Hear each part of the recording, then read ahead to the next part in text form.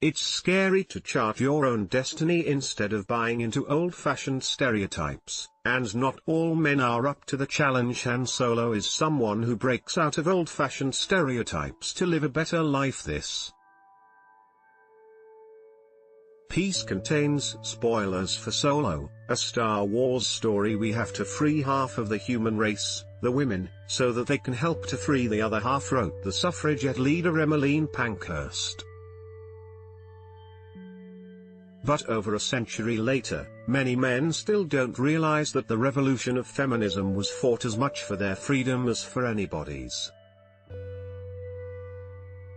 Instead, they seem to want the bad old days of patriarchy back. Hollywood keeps telling these men the same old story that they adore. A middle-aged guy, divorced from his family, rediscovers his purpose in life by rescuing his daughter/wife/sister/other vulnerable female stereotype from the evil terrorists. It's every action movie from Bruce Willis in Die Hard to Liam Neeson in Taken. But even though most men's very particular set of skills is more along the lines of coding JavaScript or scheduling a badass middle management meeting than assassinating bad guys, we still love the fantasy. One day we will get to fulfill the role of heroic warrior for our family and tribe, the narrative goes. One day we will be needed again. In the midst of all this, it's good to see a different kind of masculine archetype return to the screen in Solo, a Star Wars story, a film which is primarily about a man learning to embrace his own freedom. As the first Star Wars movie of the Disney era not to feature a female protagonist, in a franchise that has so much to say about freedom, there's an implicit expectation that Solo should have something to say about male liberation. Han Solo was the character we all really fell in love with in the original Star Wars, and not just because of Harrison Ford's natural charisma. Luke Skywalker is a one-dimensional cipher, driven by destiny and the selective truth-telling of Obi-Wan Kenobi along his hero's journey. But Han is a free human being. When he, spoiler alert, flies the Millennium Falcon in to rescue Luke, he is a hero not by fate but by choice. Han's life as a smuggler mirrors his primary character traits. He is the epitome of the free man. He lives outside rules and hierarchies, and, however hard they try, the evil empire can't catch him. Even when Jabba gets hold of Han, his spirit of freedom is only frozen, momentarily, in carbonite. Han's family are the friends, and even the enemies, he meets on his adventures. An orphan farm boy, a prissy protocol droid and a 200-year-old hairball aren't a traditional family, but they're the ad hoc family of friends many of us today embrace. When family does find him, even Han Solo doesn't get to fly away from his failings as a father. Han is handy with a blaster, but he's a man of guile and cunning, not violence. He can't fight away the enemies who have his son, because those enemies live within Ben Solo's character.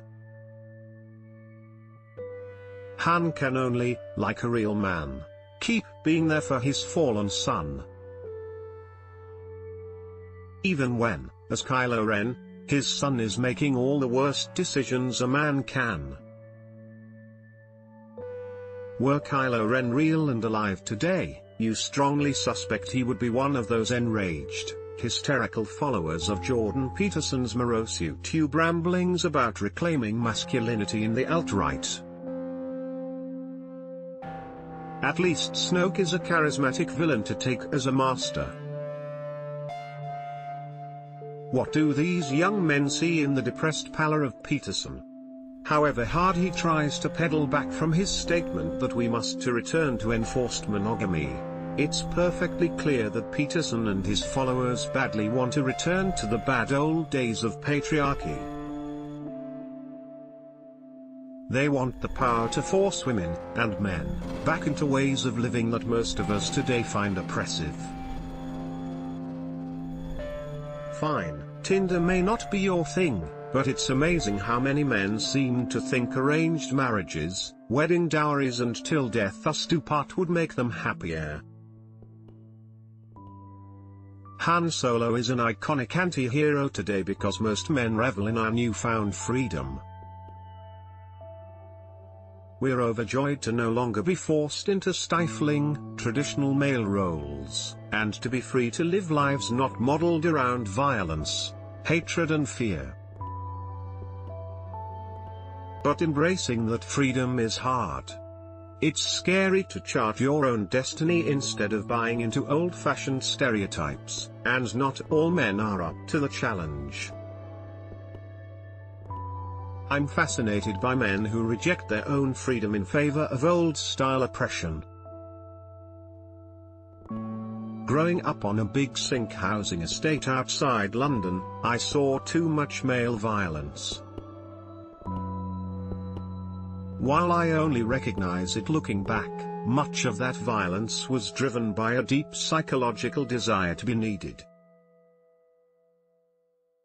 To be the breadwinner, a drive that many men in 1980s Britain, unemployed and on benefits, found they could no longer fulfill.